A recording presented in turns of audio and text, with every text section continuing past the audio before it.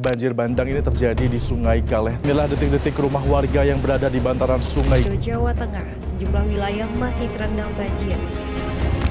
Hujan tinggi yang terjadi di wilayah Kabupaten Grobogan mengakibatkan 21 desa di 6 kecamatan di Kabupaten Grobogan, Jawa Tengah tergenang banjir. Nah, tadi merupakan beberapa cuplikan berita banjir yang terjadi di Indonesia. Sebenarnya, apa sih banjir itu? Jadi, BMKG mendefinisikan banjir sebagai peristiwa terendamnya daratan karena volume air yang meningkat. Banjir merupakan bencana hidrometeorologi yang paling sering terjadi.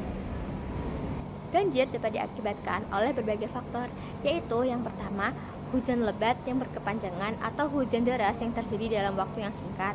Yang kedua, yaitu lelehan salju pada musim semi dapat menyebabkan suhu meningkat sehingga lelehan salju tersebut dapat menyebabkan banjir.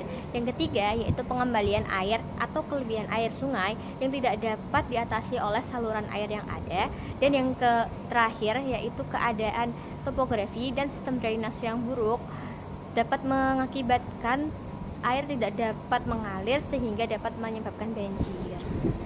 Terdapat beberapa jenis banjir. Yang pertama ada banjir luapan sungai yang terjadi ketika debit sungai meluap melewati batas normalnya. Yang kedua ada banjir luapan laut atau ROB yang disebabkan oleh naiknya permukaan laut akibat badai, gelombang pasang, atau kerusakan ekosistem pesisir. Yang ketiga ada banjir genangan yang terjadi ketika air menggenangi daratan rendah akibat hujan yang lebat. Dan yang keempat ada banjir bandang, banjir yang sangat kuat dan mendadak yang seringkali disertai oleh longsor. Banjir memiliki dampak yang sangat signifikan, yaitu yang pertama, banjir dapat mengakibatkan korban jiwa dan korban luka-luka serius. Yang kedua, kerusakan properti seperti rumah, bisnis, dan infrastruktur dapat hancur atau bahkan rusak parah. Yang ketiga, banjir dapat menyebabkan kerugian ekonomi besar akibat kerusakan gangguan aktivitas ekonomi. Yang keempat, banjir dapat merusak ekosistem sungai dan daerah pesisir. Yang kelima atau yang terakhir yaitu terjadinya krisis air bersih akibat tercemarnya sumber air bersih atau air minum.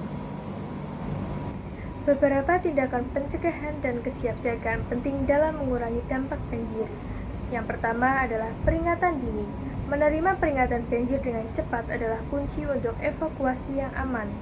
Yang kedua adalah infrastruktur banjir, yaitu dengan membangun tanggul, saluran air, dan infrastruktur lain yang dapat mengendalikan banjir.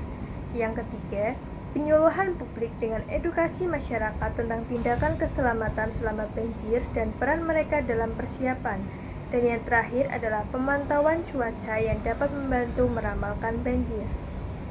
Upaya yang dapat kita lakukan untuk menghindari bencana banjir yaitu yang pertama, menjaga lingkungan dengan baik dengan kita tidak membuang sampah secara sembarangan atau bahkan membuang sampah di sungai dan di selokan. Yang kedua, yaitu melakukan program tebang pilih dan reboisasi untuk meregenerasi hutan.